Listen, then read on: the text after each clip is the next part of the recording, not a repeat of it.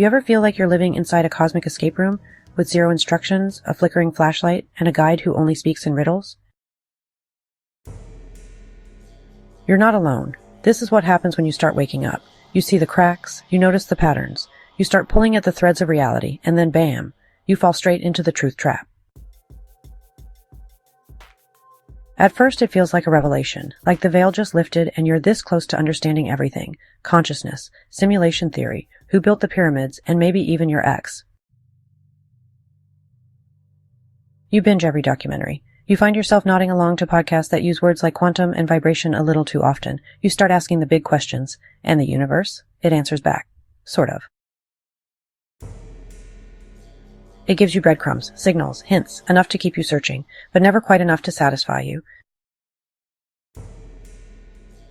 Welcome to the truth trap. Here's how it works. You start by looking for truth to feel more free, but somewhere along the way, you get tangled in the search itself, because the more you know, the more you don't know, and the more you don't know, the more addicted you get to chasing the next aha moment. Suddenly, you're not a person anymore. You're a walking open browser tab, constantly loading, constantly buffering, never landing.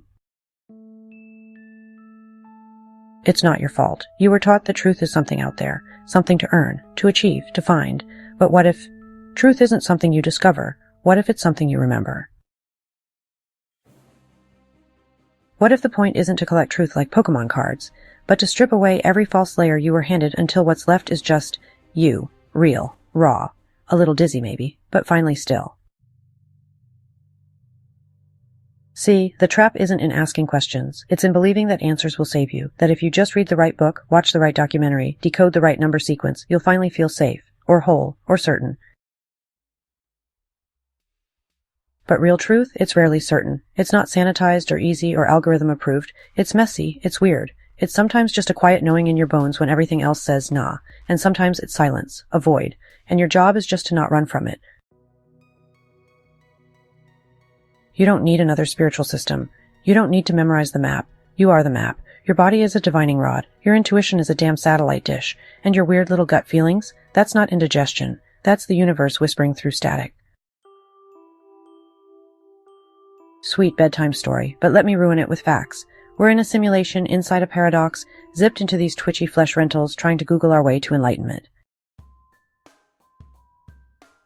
You don't need more information. You need more stillness, more listening, more remembering who the hell you were before the world told you who to be. Because the most dangerous part of the truth trap, it convinces you that you're broken, that you need fixing, that your soul is some kind of puzzle that only the right guru, course, or sacred geometry decoder ring can solve. But your soul isn't a Rubik's Cube. It's a flame. It doesn't need to be solved. It needs to be felt, fed, freed. So what now? You stop looking for the truth like it's buried treasure. You stop outsourcing your knowing to someone else's voice. You stop chasing right answers like they're the prize at the end of this cosmic claw machine.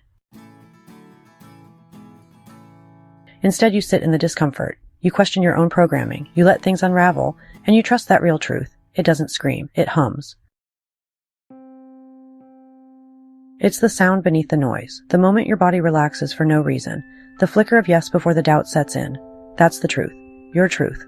And the wildest part? It was never hiding. It was just waiting for you to stop running long enough to hear it. You asked for truth. You got existential whiplash. We're not ascending, we're unraveling. And maybe that's exactly what we needed.